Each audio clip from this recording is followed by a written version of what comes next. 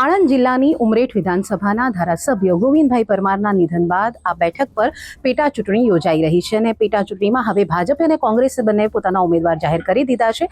ભાજપે સ્વર્ગસ્થ ગોવિંદભાઈ પરમારના પુત્ર હર્ષદ પરમારને ટિકિટ આપી છે, જ્યારે કોંગ્રેસે ભૃગુરાજસિંહ ચૌહાણ પર પસંદગી ઉતારી છે.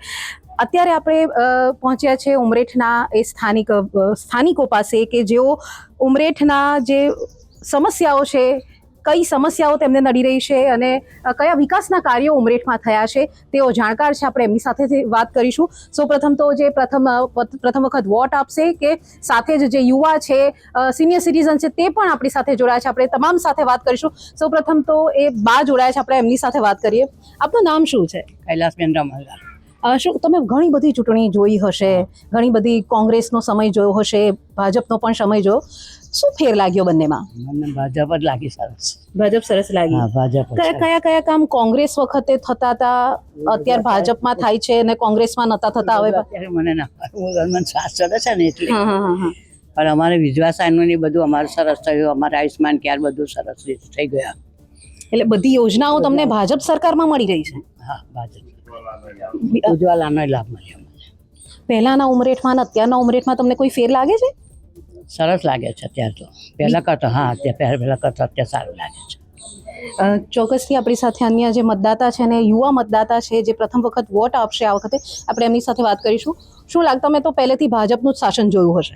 અત્યારે સુધી મેં ભાજપનું જોયું છે. શું લાગે છે, શું બદલાવ કરવો જોઈએ ભાજપે જીતવા માટે આવું પેટા ચૂંટણી, કે જીતી જશે આરામથી? આમ તો જીતી જ જશે, કારણ કે ઓબ્વિયસલી એમને કેટલા બધા બદલાવ કરી દીધા છે અને વિકાસમાં તો એ પહેલેથી આગળ જ રહ્યું છે, તો ભાજપ તો જીતશે જ. કયા કારણો લાગે છે કે ભાજપ જીતી જવી જોઈએ? કારણ કે એમના કાર્યો બધાએ જોયેલા છે. કોંગ્રેસના હજુ સુધી યુવા પેઢીએ નહીં જોયા, પણ ભાજપના કાર્યો તો બધાએ જોયેલા છે, એટલે ભાજપ તો જીતશે જ. સ્ટુડન્ટ છો તમે, કયા સ્ટાન્ડર્ડમાં ભણતા છો, કઈ કોલેજમાં કે કયા કોલેજમાં છો તમે? 12th પાસ, હજુ હમણાં એક્ઝામ આપી છે. કઈ રીતનું તમે જુઓ છો કે એજ્યુકેશનની દ્રષ્ટિએ તમને તમારા સ્થાનિય વિસ્તારમાં તમને સ્કૂલ, કોલેજ બધી ફેસિલિટી મળે છે તમને? હા, ફી માફીમાં ખાસી બધી ફેસિલિટી આપી. પછી આ સરકારે હમણાં યોજના કાઢી કે અડધી ફી પાછી માફ કરશે અને ખાસી બધી ફેસિલિટી, સાયકલની મળી ને, શિષ્યવૃત્તિ, નમોલક્ષ્મી, બધી યોજનાઓ અમને મળી છે સરકાર દ્વારા. એટલે તમને એવું લાગે છે કે આ યોજનાઓ થકી અમને અમારું ફ્યુચર પણ આગળ સારું થાય છે, એટલે ભાજપ સરકાર જોઈએ? હા, જોઈએ છે. તમારા વિસ્તારમાં ગોવિંદભાઈ પરમાર હતા, એમનું મૃત્યુ થયું, એટલે હવે આ પેટા ચૂંટણી યોજાઈ રહી છે. તમને એવું પહેલી વખત તમે જોતા હશો કે પેટા ચૂંટણી પણ યોજાતી હશે? હા, હજી પહેલી વાર જોઈએ છે. શું લાગે છે તમને, હર્ષદભાઈ ગોવિંદભાઈના કામ પર ખરા ઉતરશે? એ તો કે ને કે મોરના ઈંડા ચિતરવા ના પડે, તો ઓબ્વિયસલી એમના છોકરા છે તો કરશે જ, અને એમને નહીં કરે તો એમને જેવી બીજે કોક તો આવશે જ ને, અને અત્યારે તો હાલ મને એવું લાગે છે કે કરશે જ. ચોક્કસથી અન્ય મતદાતાઓ છે, આપણે એમની સાથે પણ વાત કરીશું. આપનું નામ શું છે? શેફાલી. શું કહેશો, ઉમરેઠમાં કયા કયા એવા કામો છે કે જે હજી સુધી નથી થયા, પહેલા તો એ જણાવો. મારા લગ્નને 11 વર્ષ થયા છે. હું આવી છું ત્યારથી મેં તો કાર્ય જોયા જ છે, કંઈ પેન્ડન્સી લાગતી નથી. જેમ કે પહેલાં સરકારી હોસ્પિટલ નહોતી, જેમ કે તમે ગોવિંદભાઈની વાત કરો છો, એમને જ એનું ઓપનિંગ કરાયું છે. અહીંનું પાણી ખૂબ જ ક્ષારવાળું છે. એ કમ્પ્લેન સાંભળીને આપણા ત્યાં એનો પ્લાન્ટ પણ નખાયું છે. તમે આ જોઈ શકો છો કે બધે ઘરે ઘરે પાઇપ્સ નખાઈ ગઈ છે મીઠા પાણીની, એટલે એ પ્રોબ્લેમ પણ સોલ્વ થઈ ગયો છે. રસ્તા બી અમારા ગામમાં આરસીસી રોડ છે. નોર્મલી સિટીમાં બી એ નથી હોતા, અમારા ગામમાં આરસીસી રોડ છે. અને બીજી બધી અમારા આજુબાજુ, મારા જ એરિયામાં ઘણા બધા એવા ઘર છે જે લોકોએ આવાસ યોજનાનો લાભ લીધો છે. જેમ બાએ કીધું કે એમને વિધવા સહાયનો લાભ મળે છે. એમના જ પુત્રની જે દીકરી છે એનું ઓપરેશન થયું હતું, એને આયુષ્માન કાર્ડનો લાભ મળ્યો છે. એટલે મને નથી લાગતું કે જેટલા મતદાર હશે, ઘરમાં એક લાભ તો એને મોદીનો મળ્યો જ હશે. એની યોજનાનો વિકાસનો એક લાભ તો એને લીધો જ હશે. અત્યારે નહીં, લોકડાઉનમાં, એના પછી બધી રીતે એ સરકાર બધી રીતે યોગ્ય છે. એટલે ગોવિંદભાઈના છોકરા છે, એટલે એમને એમના પિતાને કામ કરતા જોયા છે, તો એમને શાસનમાં રહેવા માટે એ પણ એ કામ કરશે જ, અને એમને કીધું છે એ પ્રમાણે અમારી સાથે છે ને અમે એમની સાથે છે. કોંગ્રેસ દ્વારા એવું કહેવામાં આવે છે કે ઉમરેઠમાં એક સમય એવો હતો કે જ્યારે વેપાર ધંધા ધમધમતા હતા, અત્યારે એમની તકલીફ પડી રહી છે, જીઆઈડીસી નથી, તો રોજગાર, શિક્ષણ, એ બધાની તકલીફો તમને લાગે છે ઉમરેઠમાં? ના, એવી તો કોઈ લાગતી નથી. અને જેમ એમના જે કેન્ડિડેટ છે એમને તો લાગે, મને એવું નથી લાગતું કે 80% ઉમરેઠે એમને જોયા હશે કે ઓળખતા હશે. મેં ખુદ નથી જોયા એમને, તો એવું તો કશું છે નહીં. અને અત્યારની જનરેશનમાં એનો પ્રોબ્લેમ એ છે કે એ લોકો ભણે છે ગણે છે તો એ લોકો સિટીમાં જવાનું વધારે પ્રિફર કરે છે. એટલે અમારી માટે સિટી એટલે આણંદ, એટલે અમારી માટે અહીંથી થોડુંક દૂર જવું એ જ હોય છે. એટલે એનો કોઈ પ્રશ્ન જ નથી. ધંધાવાળાના ધંધા પ્રોપર ચાલે છે. અમારે ત્યાં કેટલા બધા લારીવાળા છે, એ લોકોને જે મોદીએ લારી આપી છે બધી, એ લોકોને બી ધંધાવાળાને પણ સહાય આપી છે. હું ગયા ઉનાળામાં બધાને છત્રી વહેંચી હતી, બધા એમને જેટલા વેપારીઓ હતા. તો મને નહીં લાગતો ફેરિયાઓવાળાને કે મને નહીં લાગતો એમને બી કોઈ ધંધા લગતે કોઈ પ્રોબ્લેમ હશે ભાજપથી. તો ચોક્કસથી ઉમરેઠમાં સરકારની સહાયો પહોંચી છે અને એટલા માટે જ લોકોમાં ભાજપ પ્રત્યે જોવા મળી રહ્યો છે. અન્ય બીજી મહિલાઓ છે, પહેલા આપણે એમની સાથે વાત કરી લઈએ. શું કહેશો, શું ઉમરેઠમાં તમને કોઈ સમસ્યા નડે છે ખરી? ના, કોઈ સમસ્યા નથી. વિકાસ થયો છે? વિકાસ થયો છે, પહેલા કરતાં ખાસો વિકાસ થયો છે. પહેલાના ઉમરેઠમાં શું ફેર હતો ને હવેના ઉમરેઠમાં શું ફેર છે? પહેલા કરતાં અત્યારનું ઉમરેઠ સારું છે. વિકાસ ઘણા બધા થયા છે. મોદી સરકારે ખાસા બધા વિકાસ કર્યા છે, એટલે પહેલા કરતાં અત્યારનું બહુ સારું છે. કયા કયા વિકાસ તમને ગમ્યા કે આ વિકાસ થયો છે કે જેને લીધે અમને મન થાય કે અમે ભાજપને વોટ આપીએ કે વોટ આપીએ? પહેલાં તો રસ્તા બી સરસ કરી દીધા, પહેલાં કરતાં અત્યારે ખાસા રસ્તા સરસ થઈ ગયા. પછી બીજું ઘણું બધું એવું છે કે જ્યાં આગળ મોદી સરકારે સારું કર્યું છે. તેથી અને હું તો ઉમરેઠમાં જ જન્મી છું ને ઉમરેઠમાં જ મોટી થઈ છું. તો તમે જ્યારે કેટલા વર્ષ થયા તમને? મને 40. તો 40 વર્ષમાં તો તમે મોટા ભાગે તો તમારી સમજણમાં તમે ભાજપની જ સરકાર જોઈ છે.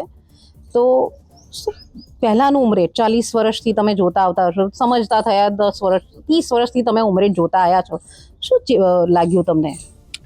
પહેલાં કરતાં ખાસો બધો ચેન્જ આવી ગયો છે. સારું એવું કામ કરેલું છે. જે વિકાસ છે એ ઘણો બધો સારો કર્યો છે. જે પહેલાં નહોતું, પાણી ઘરે પાણીની વ્યવસ્થા એ બધું નહોતું, એ બધું અત્યારે કરી દીધું છે.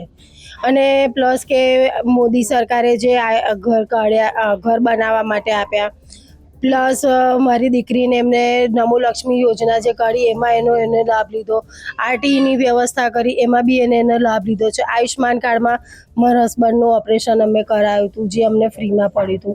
એટલે ઘણા બધા લાભો અમે મેળવ્યા છે. એટલે તમે જ્યારે વોટ આપવા જાઓ છો, મતદાન કરવા જાઓ છો, તો તમે માત્ર મોદી સરકારની કામગીરી જોઈને વોટ આપો છો કે પછી ઉમેદવાર કોણ છે એને જોઈને વોટ આપો છો?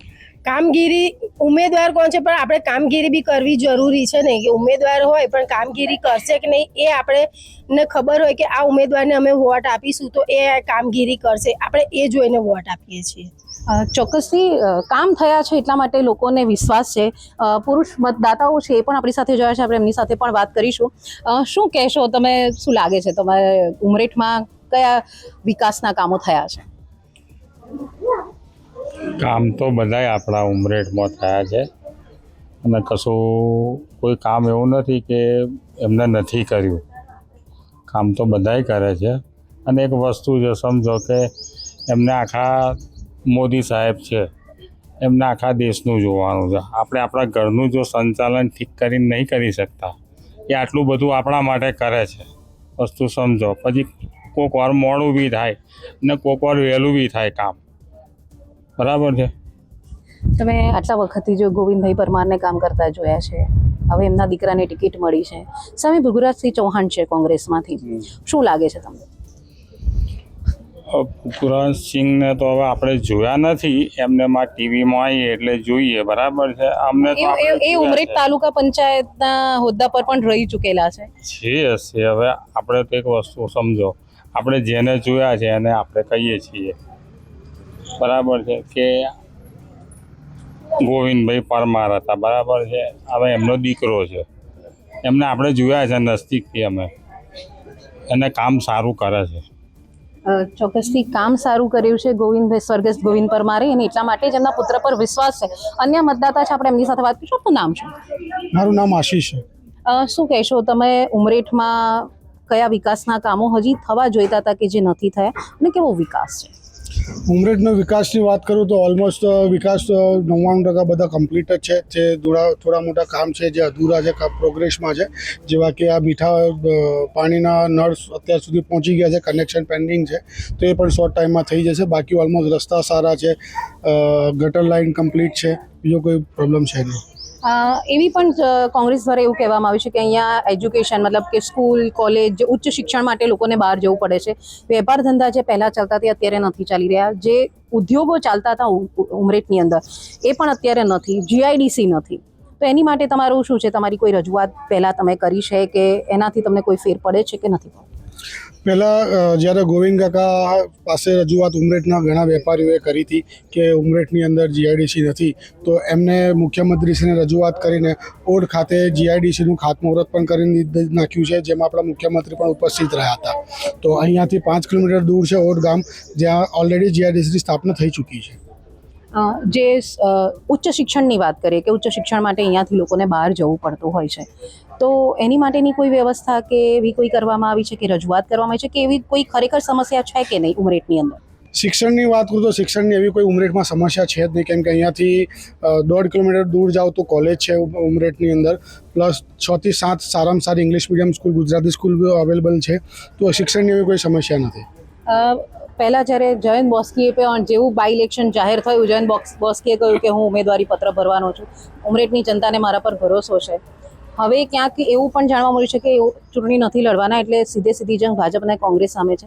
જયંત બોસ્કીના નિવેદનને તમે કેવી રીતના જુઓ છો?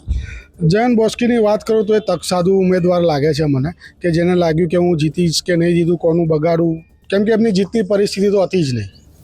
તો એમને એવું થયું કે હવે હું લડીશ કે નહીં લડું કોઈ ફરક નથી, અત્યારે ભાજપ વન સાઈડ છે, તો એમને એમની ઉમેદવારી પાછી ખેંચી લીધી. ચોક્કસથી આપણી સાથે અન્ય જે મતદાતાઓ છે આપણે એમની સાથે વાત કરીશું. મહિલા મતદાતા છે એમને. તમારું નામ શું છે? તમે તમે તમે મત તો આપવાના છો ને? મત આપવાના છો કે નથી આપવાના? ભાજપને મત તો આલવાનો. ભાજપને મત કયા કારણથી તમે ભાજપને મત આપશો? એમને સુવિધા મળી છે. મને આજે 11 મહિના મને અટક આવેલું, તે મને એનજીઓ કોપી કરવા માટે મને પૈસા આલેલું. અચ્છા, જે સુવિધા છે સરકારની એ તમને મળી છે એટલા માટે તમે ભાજપને વોટ આપશો? અને આજથી કેટલા 10 વર્ષથી ભાજપ છે, એટલે ભાજપ જ રહેવાની છે, ભાજપ જ આવવાની છે. કારણ શું ભાજપ જ આવે એની પાછળ કારણ શું? વિકાસના કાર્ય કરે મોદી સાહેબ ચૂંટણી મોદી સાહેબની અત્યારે ગોવિંદભાઈના પુત્ર હર્ષદભાઈ લડી રહ્યા છે, તો એમાં કોઈ ફેર નથી તમને લાગતો? એમના પિતાએ કર્યું છે એવું પુત્ર કરશે. એટલે તમે એમ કહો છો કે મોદી સાહેબ, એટલે તમે વોટ કોને જોઈને આપો છો? પહેલા એ કહો, તમે જે ઉમેદવાર છે એને જોઈને વોટ આપો છો? ઉમેદવારી જોઈને આપીએ છીએ. અને આજથી 10 વર્ષથી આપણે મોદી સરકાર આવી છે, અને મોદી સરકારે ઘણું કર્યું છે. ઘણું એટલે ઘણું કર્યું છે, એટલે મોદી સરકાર આવવાની. અને અત્યારે તો બાય ઇલેક્શન છે, સરકાર તો એમ મોદીની છે જ, પણ આ બાય ઇલેક્શનમાં આપણે આવશે એમના પુત્ર જ આવશે અને એ કામ કરી શકશે બધું જ. એટલે તમને વિશ્વાસ છે કે જે પણ હજી પણ થોડા ઘણા જે ઉમરેઠમાં જે વિકાસના કાર્યો થોડા ઘણા જે બાકી રહ્યા છે એ હર્ષદભાઈ પૂરા કરી લેશે? કરશે હર્ષદભાઈ પૂરા કરશે. આજે સીએમ પણ આવ્યા હતા, કેવું લાગ્યું છે સીએમ જ્યારે જુસ્સો વધાર્યો એમનો? ના, સારો સીએમ એ ભાઈ, એ બધું સરસ બોલ્યા બધું, અને સારું છે બધું. અને પબ્લિક એ બહુ વ્યવસ્થિત હતી, બધી ઘણી પબ્લિક હતી. ચોક્કસથી સિનિયર સિટીઝન્સ કાકા છે, આપણે એમની સાથે વાત કરીશું. કાકા, આપનું નામ શું છે? શાંતિભાઈ. શું કહેશો? તમે ઘણી ચૂંટણી જોઈ હશે, પહેલાની ચૂંટણીમાં અને અત્યારની ચૂંટણીમાં શું ફેર તમને લાગે છે? અત્યારે બધી ચૂંટણી બહુ શાંતિ પસાર થઈ જાય છે, કોઈ ડર કેવો કશું ખાસ હોતું નહીં. અત્યારની ચૂંટણી શાંતિથી થઈ રહી? શાંતિથી થઈ શકે. પહેલાના ઉમરેઠના અને અત્યારના ઉમરેઠમાં તમને કોઈ ફેર લાગે છે? ફેર તો ખરો જ ને, અત્યારે બધો વિકાસ થઈ ગયો, રોડો થઈ ગયા, એટલે ફેર તો ખરો જ ને. એટલે ધીરે ધીરે બધું થાય છે. ચોક્કસથી ઉમરેઠમાં વિકાસ થઈ રહ્યો છે ને એટલા માટે જ લોકો જે છે એ ભાજપ પર વિશ્વાસ મૂકી રહ્યા છે. અત્યારે જે પ્રમાણે માહોલ છે એક તરફી જોવા મળી રહ્યો છે, પરંતુ કોંગ્રેસ પણ ક્ષત્રિયની સામે ક્ષત્રિયનો દાવ ખેલ્યો છે. એટલે કહી શકાય કે આ જંગ જે છે ભાજપ કોંગ્રેસ વચ્ચે લડાશે. ત્યારે હવે આ ઉમરેઠમાં બાય ઇલેક્શનમાં બાજી કોણ મારે છે તે જોવું રહ્યું. હેતાલી શાહ, ગુજરાત તક, આણંદ.